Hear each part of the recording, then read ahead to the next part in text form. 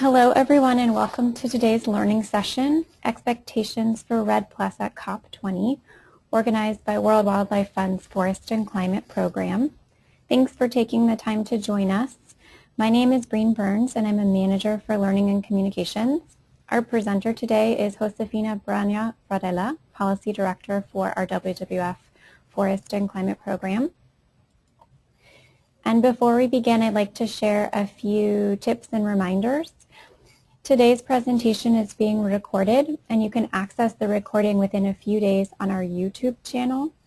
To find the recording, simply go to youtube.com and search for WWF Forest and Climate, or go to panda.org/forestclimate and look for the REDD learning section.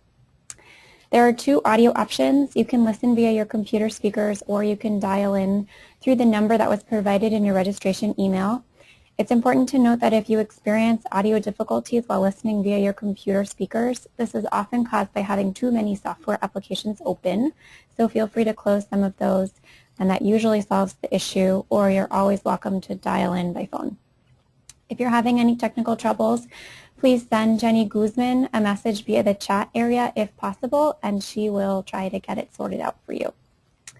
Questions are absolutely welcome. Please submit your questions for Josefina through the question section on your toolbar on your screen, and we will answer as many as possible during our allotted time. After the webinar, you'll receive a link in your follow-up email to the place on reddcommunity.org, which is a free online REDD learning platform, where you can access a copy of the presentation along with a link to the recording. So thank you again for joining us, and with that we'll get started, and I will turn it over to Josefina. Thank you, Bryn. Good morning, everybody. Thanks for joining us in this webinar. Today we're going to talk about the expectations for REDD at COP20 in Lima. That is going to start next in a couple of weeks, from December 1st to December 12th. And what I'm going to do in the next hour, I'm going to provide a brief recap on what are the discussions that happened around REDD Plus since last time we had a webinar on these international negotiations. So I'm going to talk a little bit about the Warsaw Framework for REDD and what happened in the previous SBSTA meeting and the expert meetings that took place this year. After the recap, I'm going to talk a little bit about the big picture. I'm going to center in the role of the forest pre and post 2020 and what is happening in the finance side of things. And then we are going to talk about the technical issues that are still under discussion that are going to be addressed in Lima. And we are going to finalize touching upon a couple of issues that will remain open, and we'll have to keep an eye to see how they develop. After that, we're going to open the floor for some questions that you may have, and we'll do our best to answer them. So with that, let's start. First, let's remember a little bit what happened in COP19 back in December 2013, when parties of the UNFCCC adopted the Warsaw Framework for REDD. This Warsaw Framework for REDD is comprised by 7 decisions, and you can see them in your screen. There were 3 negotiation tracks open for the COP19 around REDD issues. One was the COP Work Program on results-based finance, and that work program produced a decision that, although didn't completely finalize the mandate from the Cancun agreements in regard to the resolving of the issues on REDD Plus finance, especially addressing the ways and means to deliver results-based payments, the decision did establish some key features that are going to be very important for moving forward with REDD implementation. One of them is that finally the decision establishes and recognizes the key role that the Green Climate Fund will have in channeling REDD Plus resources. So that is it's a very good step forward, because so far there was the common understanding that this would be like that, but there was no decision explicitly recognizing this key role. So despite the fact that we haven't been able to secure or guarantee a REDD Plus window in the Green Climate Fund, this decision at least ensures that the funds would be channeled through the Green Climate Fund, and that the REDD would be an important thematic in there. The decision also established the creation of the Information Hub. And the Information Hub is going to be this platform of information in which all countries or parties that want to pursue REDD Plus activities need to submit all their informations, particularly around the 4 requirements for REDD, in terms of the reference levels, the MRV, the safeguards information systems. They have to share their national strategy or action plan for REDD, and everything has to be captured into this platform called the Information Hub. This Information Hub should be transparent and open to everybody, and it's going to be available in the UNFCCC site. But apart from the Information Hub, the decision also establishes a pathway to access results-based finance. Again, this is probably the steps that are delineated in the decision are not new, but it is very clear what are the steps that REDD countries need to follow in the pipeline of the UNFCCC in order to obtain results-based finance. And the other interesting feature that was very well received by the international community is that the results-based finance now is linked to the presentation of the latest summary of information on how countries are addressing and respecting safeguards, which is also a good step forward, because there was a gap there talking about the decisions on safeguards and talking about the decisions on REDD Plus finance. There was a disconnection there. So now there's a link. So that was the COP work program. Then the second negotiation track that was open then was the joint process between SBSTA and SBI. And this joint process was focusing in talking about the coordination of support for the implementation of REDD activities. This joint process derived in a decision on coordination of support that was adopted. And the main features there was, first, each country needs to establish a national entity of focal point, and this national entity of focal point needs to be communicated to the convention. And it's going to be kind of like a single entry and the designated focal point for all REDD matters in the countries. And the parties agreed that there should be an annual meeting. These focal points need to meet on an annual basis to share information about the challenges, gaps, needs, exchanges among the UNFCCC multilateral and bilateral entities, among others. So it has a characteristic of promoting information sharing and learning among parties moving forward with REDD implementation. So they can increase the coordination of support, and gaps and needs can be easily identified and filled. So that was the second track of negotiations. And the third track of negotiations is the SBSTA discussions on technical issues. And as you can see in your screen, SBSTA approved or adopted 5 decisions. One decision about national forest monitoring systems, another decision on the time and frequency for presentation of the summary of information on safeguards. The third decision was related to the guidelines and procedures for the technical assessment of the reference levels. The MRV decision, and finally the drivers of deforestation decision, which is a very short decision that was adopted as well.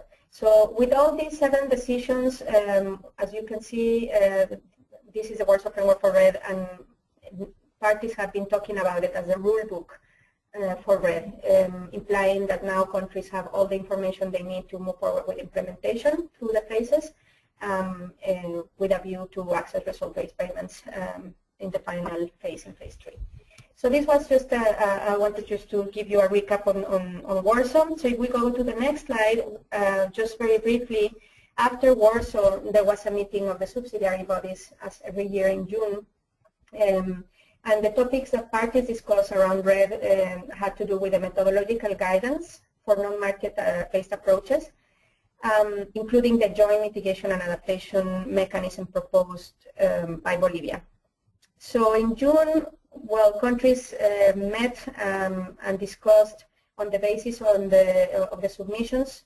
There was a call for submissions made by the Secretariat around these non-market-based approaches, and there was an in-session workshop in Bonn in June.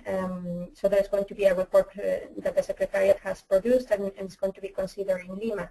But on the basis of what countries submitted at the time, they kept their deliberations in June, but couldn't reach an agreement and a conclusion on their deliberations, so they didn't produce a decision to be recommended for adoption in Lima.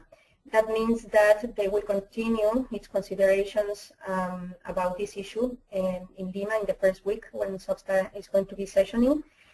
And then the other issue that was discussed in June, the methodological issues related to non-carbon benefits. It was also requested by the Secretariat by parties to submit their views on this issue. So many parties submitted, observer organizations as well, and there was some discussions in June on how to address non-carbon benefits. If more methodological guidance needed to be developed in order to define and maybe quantify these non-carbon benefits. There was not even agreement on the what kind of discussions on how to focus or the scope of the discussions on non-carbon benefits. Many parties recognize that the non-carbon benefits will depend from the national context and national circumstances, so it's difficult to even define non-carbon benefits as a whole, just because depending the country, depending the circumstances, maybe a variation on what is considered non-carbon benefits. So if you cannot define them, it's even harder to produce some methodological guidance on them. In any case, the submissions are there available on the website, and because of the other topics in the agenda, parties decided that the deliberations on non-carbon benefits are not going to take place in Lima. They're actually going to put them in pause, and they will continue the discussions until June 2015 in the next session of the subsidiary bodies of the convention. So that is the recap on June, and then to finalize our recap of what happened in the year, the last thing that happened was the Secretariat, according to the mandate of the decision 9CP19 in Warsaw, their mandate was to organize an expert meeting to discuss matters related to the establishment of the information hub. So the Secretariat organized this meeting in September, and then parties were invited to participate in the meetings in Bonn. So the agenda was organized in a way that allowed parties to share experiences with web portals. So many countries were invited to give a presentation sharing their experiences dealing with web portals, organizing information that could be accessible via web. And then after these presentations, a set of presentations of country experiences, Brazil and the United States were invited to present suggested formats for the insertion of the information on the hub, because the decision does not provide further guidance on how this information should be captured or how it should be displayed. So there was the need of this discussion on the format and how this information hub actually should be looking in real life. So both Brazil and US presented a matrix approach with columns and rows highlighting the kind of information and how to categorize all the contents of the information hub that is highlighted in the decision CP19. And the good news it was that there was a lot of convergence in both of the proposals, and there was a lot of inputs from the floor, the parties and observers that were there to fine-tune a little bit and how to merge probably both proposals, or how to integrate the best features of one and the other proposal together. So there was plenty of time for parties to provide feedback to the Secretariat, and then after that we have another set of presentations. And there were some international organizations invited to, again, share their experiences dealing with information and databases and web platforms. So the FCPF, the Forest Carbon Partnership Facility, was invited, FAO, and the REDD Plus Partnership. The three organizations presented their experiences dealing with information. In the case of the REDD Plus Partnership, it was more referent to the VRD, the voluntary REDD database, REDD finance database that they have been managing for the past few years. FAO shared some experiences with the forest resource assessment, and the FCPF shared their experiences dealing with all the information that they have captured from the Readiness Fund as well as the Carbon Fund. At the end of the meeting, there was really no controversies around the information hub. Everybody was pushing for transparency and completeness in the information. The Secretariat was requesting a lot of feedback on how to structure the database, but I don't think there was anything that was controversial or that there was any disagreement in that meeting. So with that, we finalize our recap of what has happened in the past few months, and I would like now to focus more on what is next and what is important for Lima and what should be expected from the meetings in Lima. So first, I want to talk about the big picture before we enter into the specific issues under consideration or under negotiation. And one is the first topic that I want to share with you is the role of forests pre and post 2020. So as you may know, parties have been discussing in the ad hoc working group on the Durban platform, better known as the ADP discussions. And in these discussions, parties are discussing both what needs to be done pre-2020 and what needs to happen after 2020, and that has to do with the new climate deal. In both discussions, up until now, the land sector hasn't really found the level of recognition that it deserves in the deliberations. All the topics have been addressed in a general way, but we would like to really see the integration of the forest and land use actions, including REDD Plus, of course, into the ADP discussions. So there are a couple of ways to do this. One, of course, is in general making a mention and a recognition of the key role of the forest and the land sector in general in the fight against climate change. But more concretely, we would like to see that all parties consider the forest and the land sector in their intended nationally determined contributions. As some of you may know, countries are right now on the process to prepare these INDCs. And of course, internally, every country will have to do their calculations and see what kind of emissions reductions can put forward from which sector. For us, it's going to be fundamental that all parties, not only developed but developing parties, consider including forest and the land sector in this exercise and in their targets of emissions reductions. And this is, of course, related to what is going to be put forward for the new climate deal. But we don't have to wait until then. There's tons of things that can be done right now to contribute to or to help to close the gigaton gap. And so we are calling for promoting immediate mitigation actions in the forest and land use sectors, including through REDD Plus. So that can be taken in different forms. There are many proposals of international cooperation initiatives, but for us, REDD represents the largest and most better ready opportunity for action pre-2020. So we really want to see more parties committing to REDD Plus and more parties committing support to implement REDD Plus and achieve as many reductions as possible before 2020. Okay, so that's kind of like the first step going into Lima, making sure that REDD is linked to the broader discussions, especially the discussions on the new climate regime, and seeing the forest sector present in these discussions and be mentioned explicitly in the decisions. The other major issue that is broader, and it has to do with the REDD Plus finance.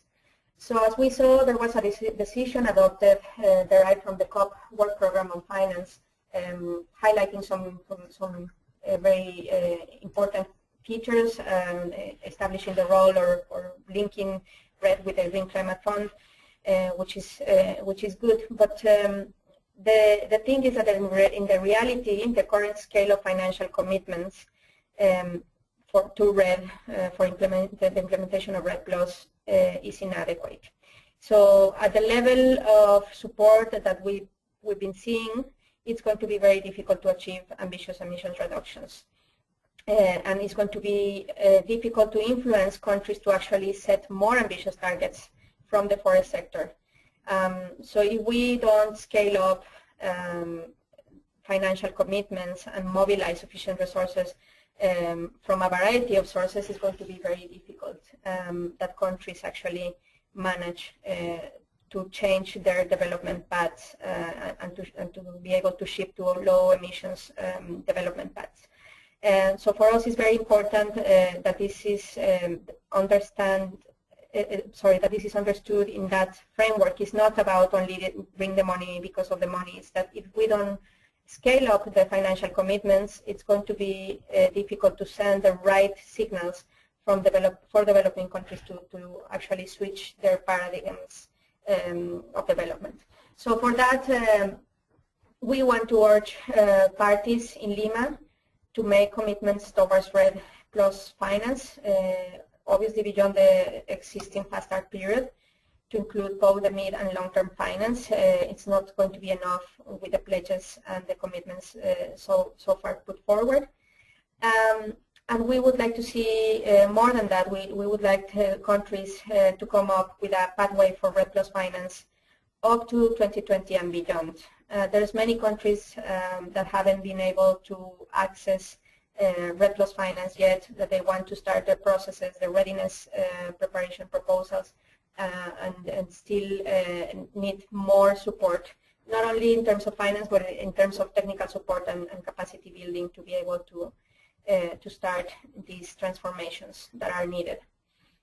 So these are our asks on finance. There's I'm going to talk at the end a little bit of what is there next in terms of finance, but in general terms, although there's no specific agenda item in Lima that will deal with this issue, we would like to see parties taking a step, saying, okay, there's more commitments coming as a part of all these commitments and pledges that are being made for the Green Climate Fund. We really would like to see specific commitments for REDD Plus in the medium and long term. Okay, next please. So now,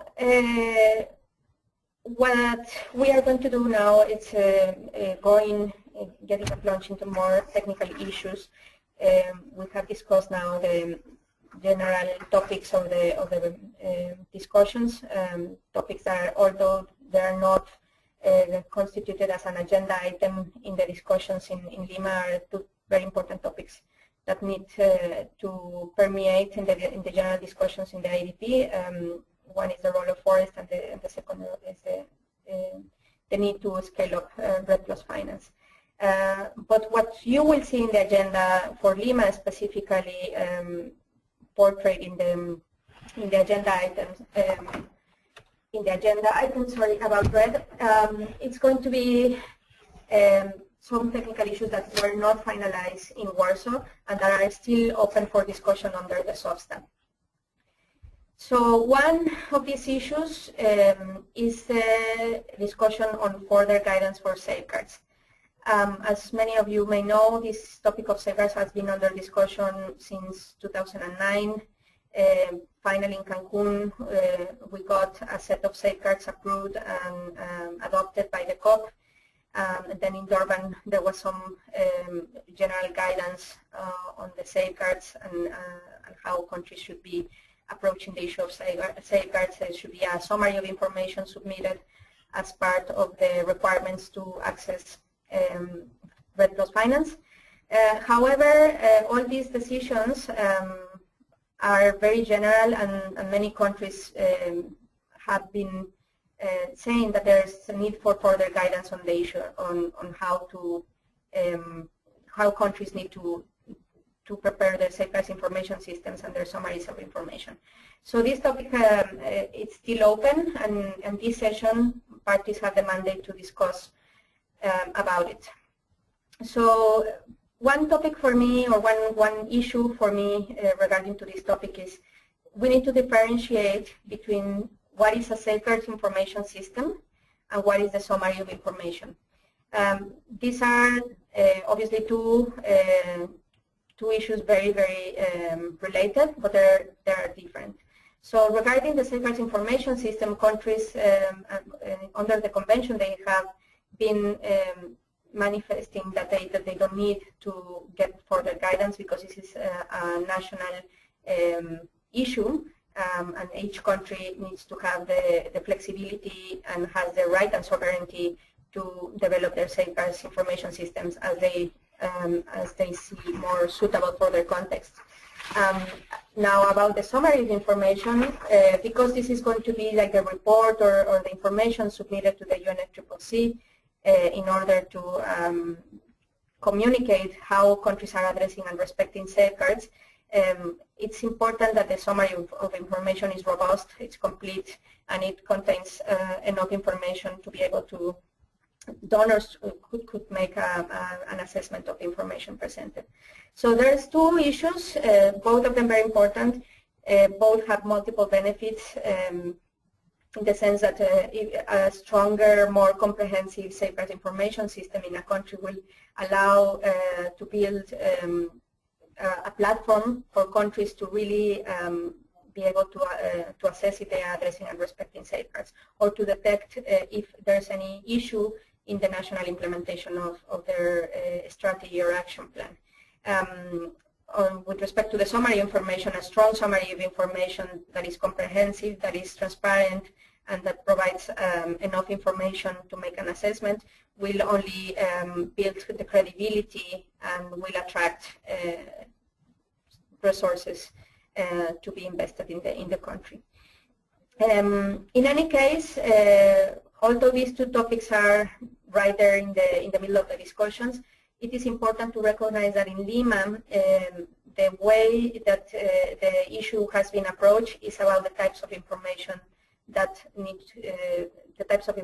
the summary needs to contain. So for that, the Secretariat announced a call for submissions.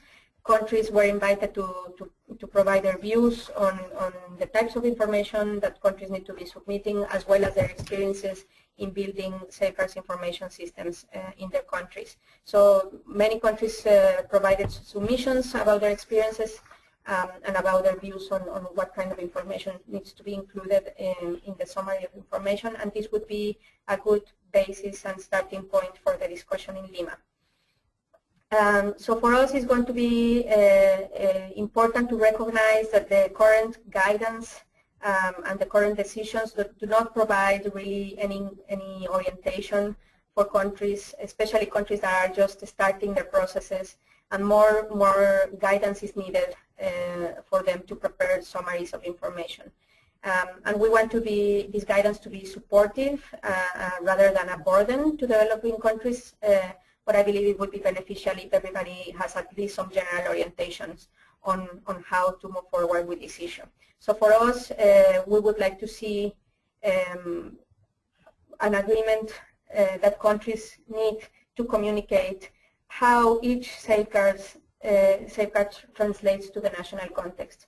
Because of the Cancun safeguards are general, and there are like these seven safeguards that are very high level, they may take different shapes in different countries. So for the process to be transparent, we need to have an understanding on how each safeguard has been translated into this national context of national circumstances.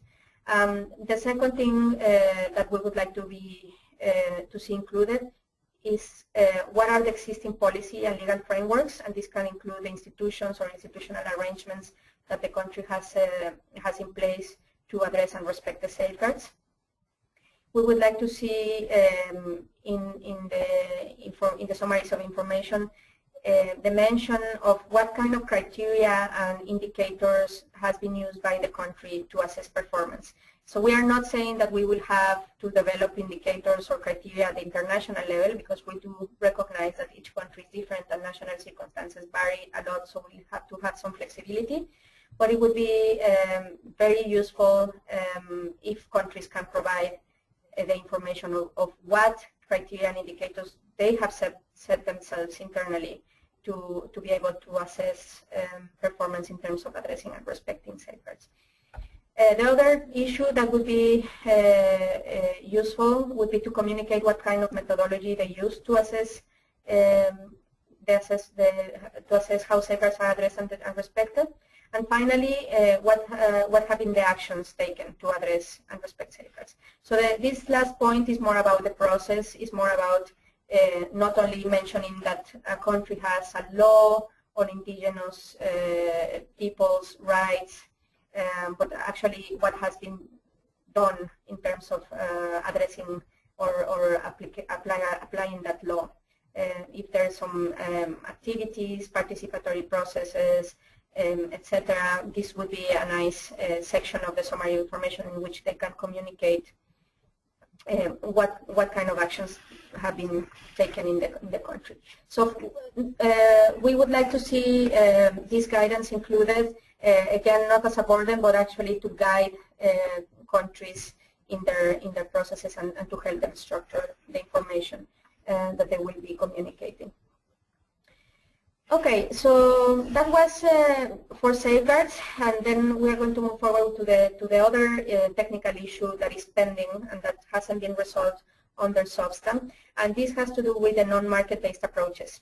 As many of you, the non-market-based approaches was presented as a topic that need to be discussed further, because some parties felt that the discussions on market-based mechanisms were more preponderant in not only in REDD but in general sense in the whole UNFCCC agenda. So there was this need of discussing how non-market-based approaches could be applied for REDD, or could be the channel for finance for REDD.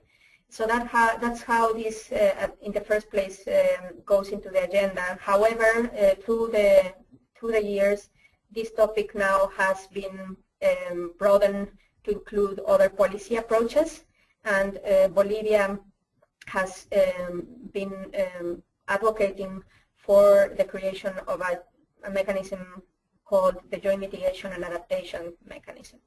So these discussions have been taking place in the past few sessions of the SBSTA, and what we would like to see now that we have finalized all the rules for REDD Plus, so countries can move forward with implementation. One message that we would like to see coming out of Lima is that parties can reaffirm the importance of non-market-based approaches to finance implementation of REDD Plus. So far, all the sources of funding are open or recognized as a channel of financing REDD Plus. So non-market-based approaches is one of them, and it should be reaffirmed that it's an important source of finance. The second point is, regarding the other policy approaches, such as the JMA proposal from Bolivia, we would like to see more clarity on, first of all, whether REDD Plus provides the flexibility to have this framework for implementation of other policy approaches, because some parties consider that the REDD framework is broad enough to provide the path for other policy approaches to be implemented under it. But if an additional framework is needed, we would like to see parties specifying clear and simple methodological aspects for it, and especially guaranteeing transparency, environmental integrity, and the respect for the Cancun safeguards. So we would, I mean, we don't necessarily see a whole new framework being developed in parallel for REDD, but maybe some features that need to be further developed to include or accommodate these other policy approaches, and that could be related to setting or including some indicators on adaptation for the countries that want to pursue this other policy approach.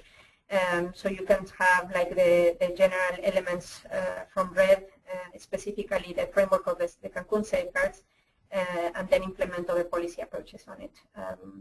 But we would like to see really if parties start developing other methodological guidance that is very simple, that is very clear, and that it is transparent and promotes environmental integrity. We will have to see. The topic has been under discussion for a while now. Discussions haven't been moving forward easily.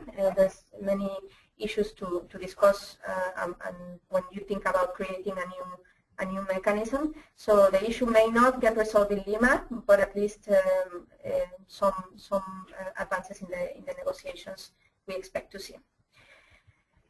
Okay, very quickly now, let's move to the other technical issue, open. It is not, as opposed to the non-market-based approaches and the safeguards, which is more like technical discussions about guidance. This topic of the national entities or focal points is not a discussion about technical issues. It's more that the first meeting of the national entities or focal points will happen in Lima.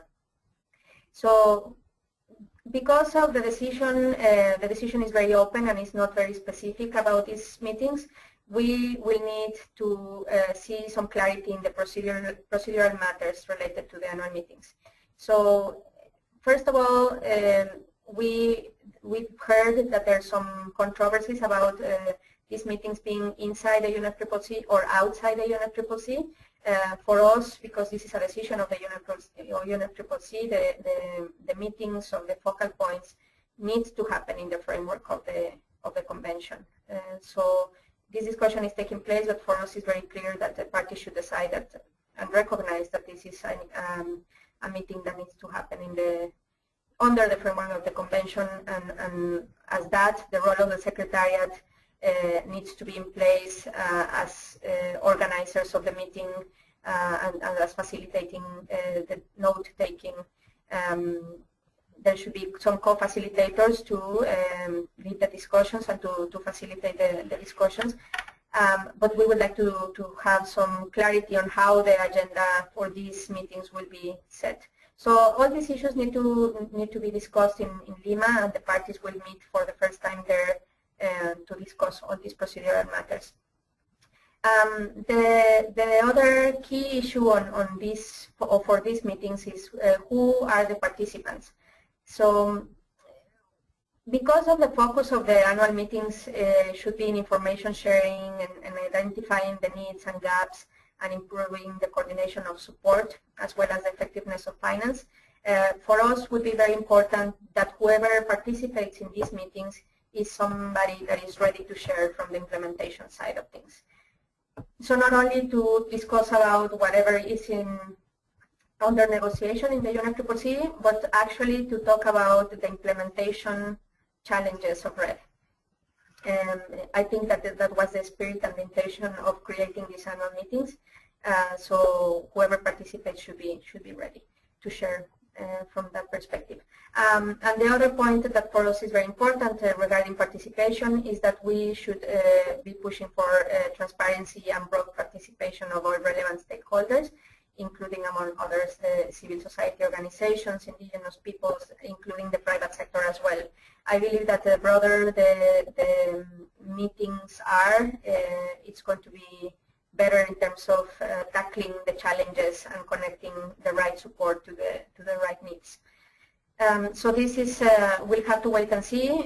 This meeting is going to take place around the second week of negotiations in Lima, and we'll expect to be invited and to be there. Okay. So we are going to go now to the our final slide, and this has to do, we have discussed now a recap of what happened last year in terms of all the discussions under the UNFCCC technical aspects, technical meetings, and what came out from Warsaw. We have discussed the big picture on how we should be able to go to Lima and advocate for the role of forests and the land sector to be recognized in a more prominent way, as well as advocate for ensuring REDD plus finance in the medium and long term. But there are a couple of issues, well, and of course we discussed the technical issues that are going to be in the agenda. You will see in the agenda in the discussions of parties. But there are a couple of issues that I wanted to highlight to finalize, and one is in the last meeting of the Green Climate Fund, the initial logic and performance measurement framework for REDD plus results-based payments was approved by the board.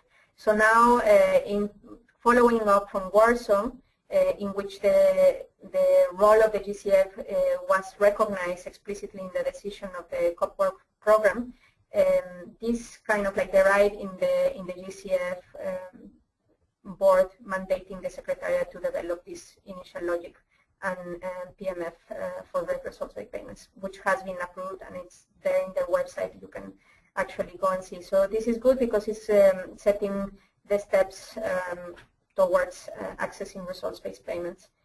The other issue that I wanted to highlight or bring to your attention is that in Warsaw, REDD kind of like broke from its own bubble, in which it was very isolated, moving forward in their own rules and setting their own processes.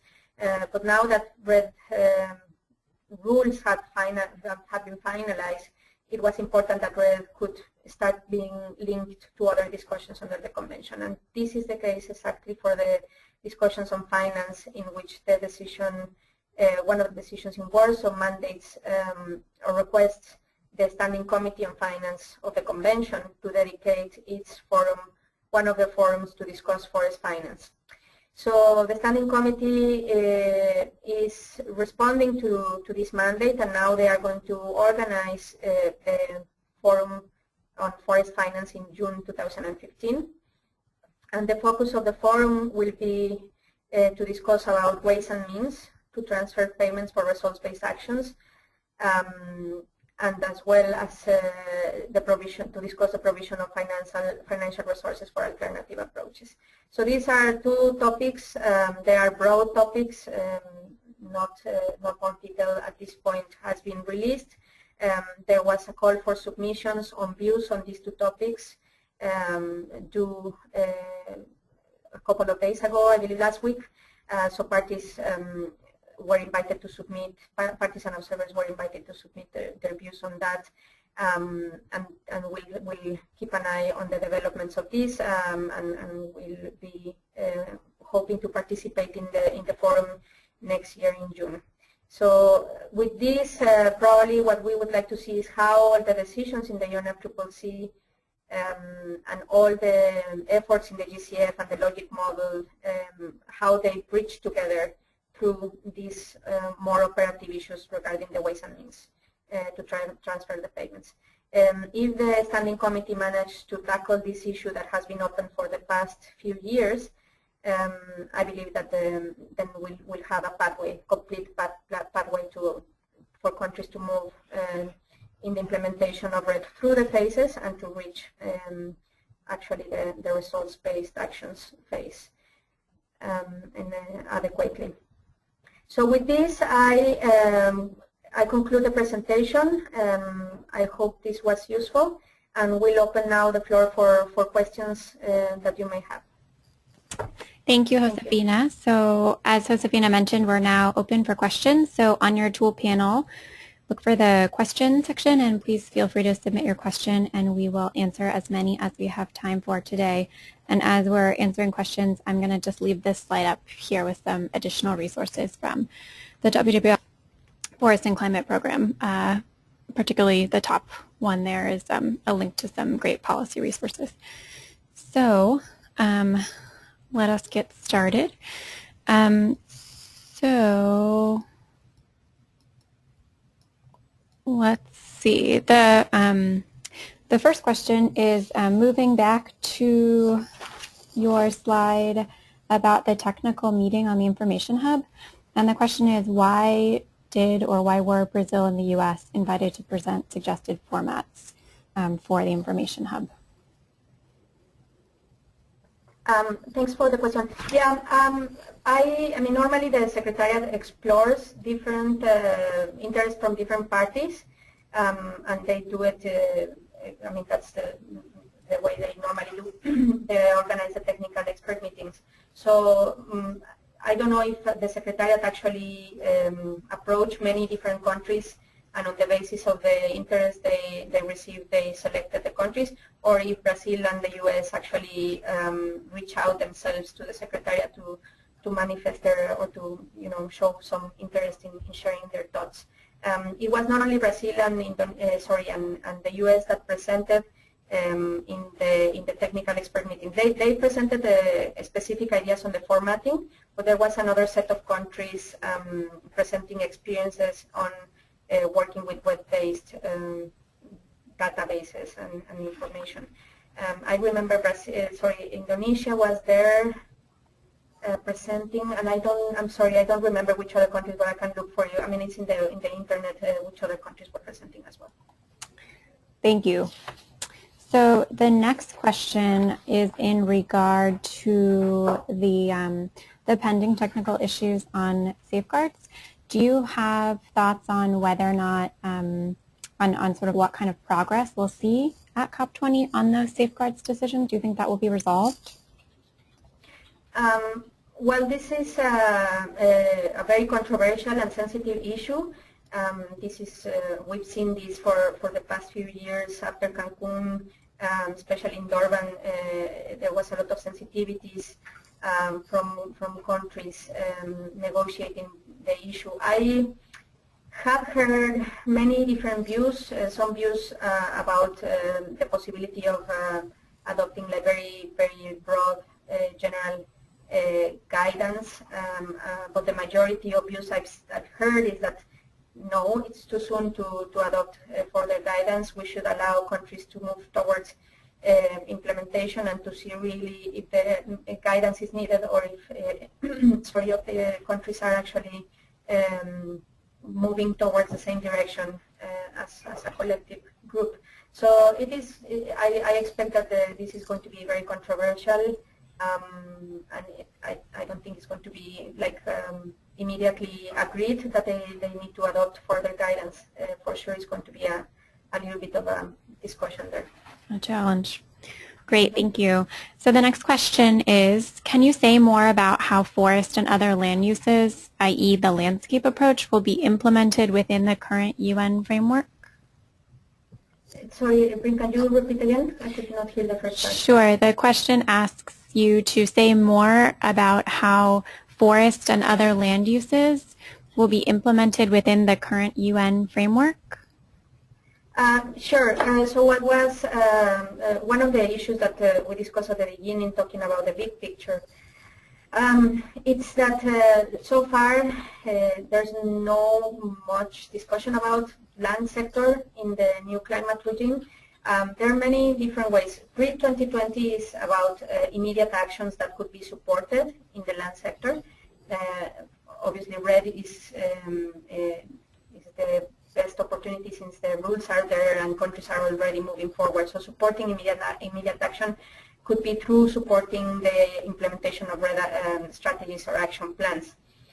Post-2020, I was focusing in the nationally determined contributions, because if countries, when they are doing their internal analysis of what sectors contribute what percentage of their emissions, then they can clarify what kind of efforts they are going to do to tackle their emissions. In different parts of the world, there's countries that are still emitting the majority of their emissions from the forest or the land sector, agriculture and forest in particular. So if they commit to reduce their emissions from the land sector, that would be that they have to channel not only immediate support, but also to try to come up with policy transformations and cross-sectoral approaches to tackle these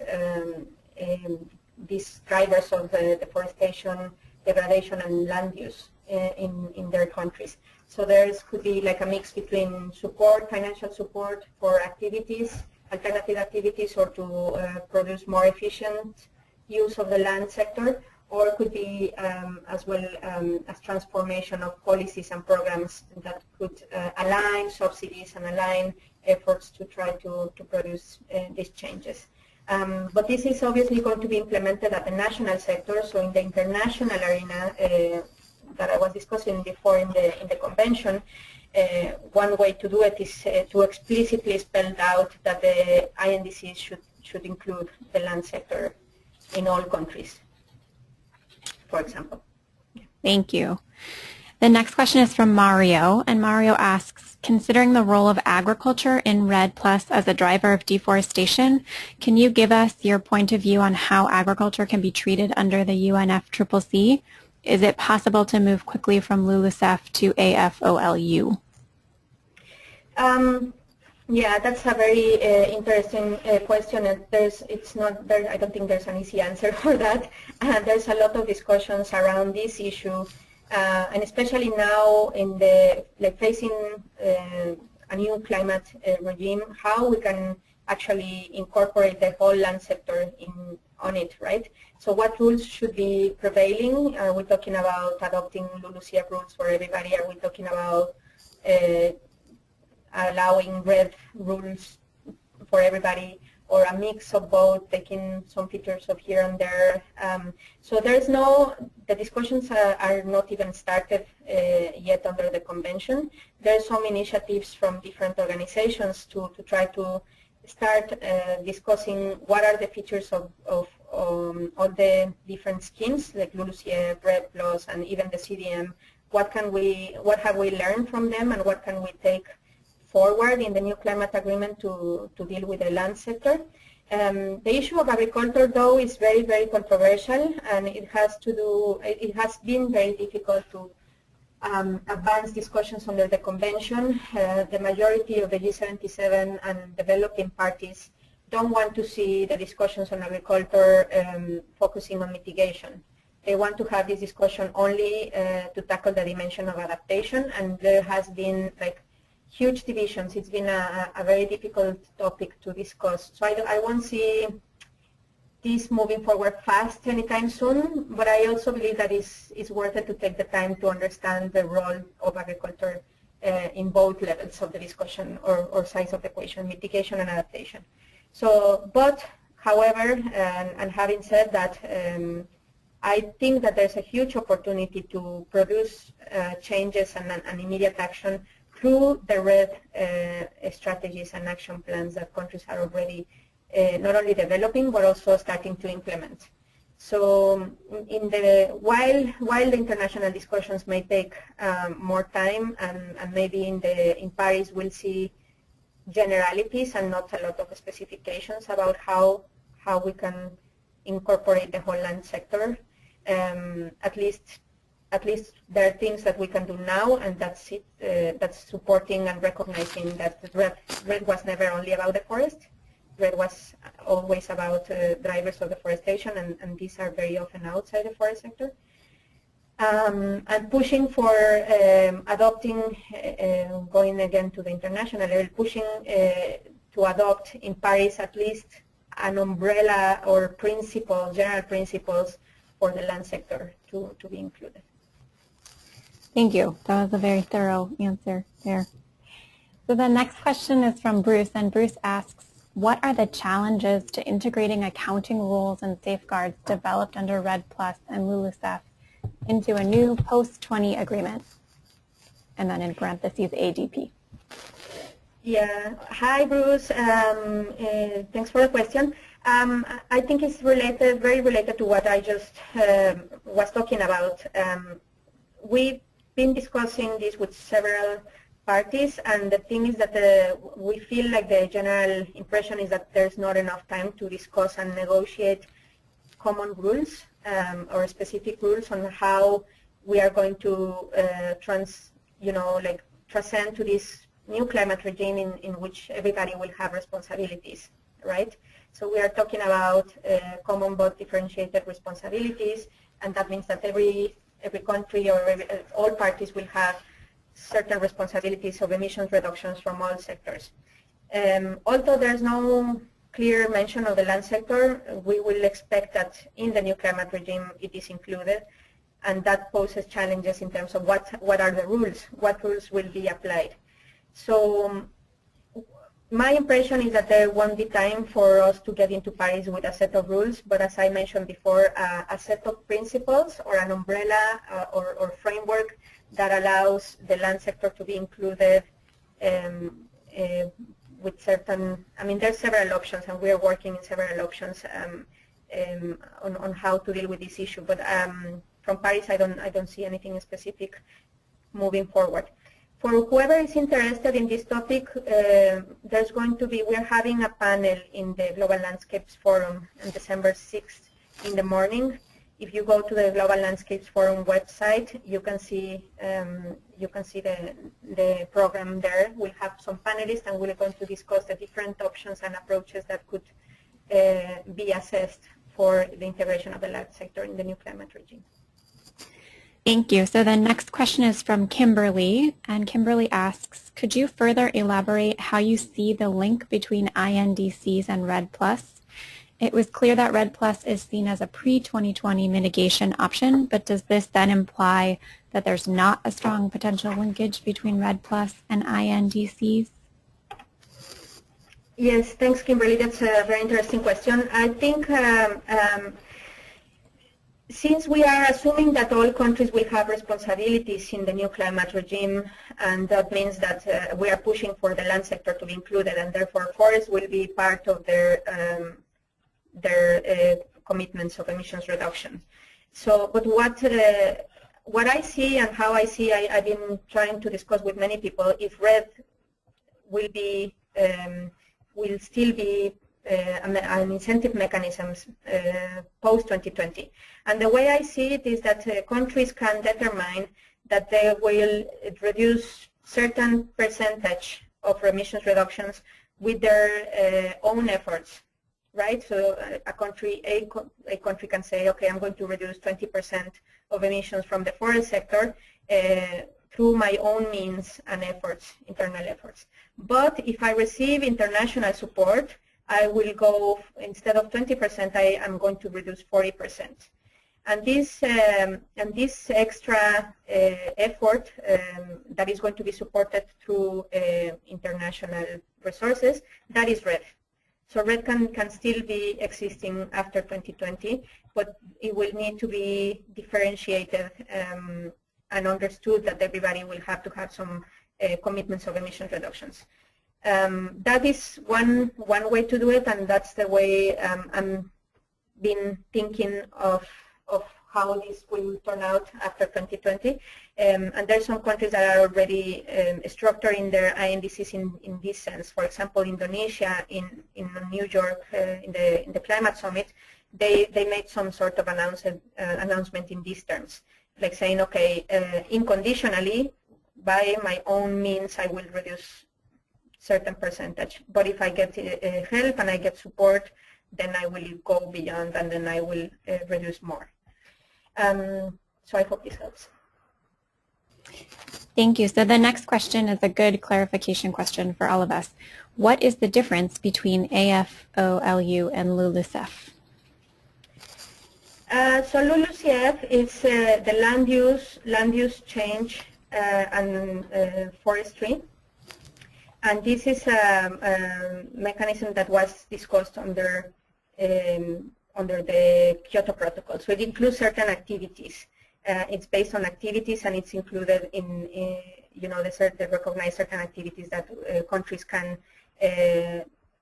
work on to produce mitigation actions. And it is related to the commitments that countries had in terms of emission reductions.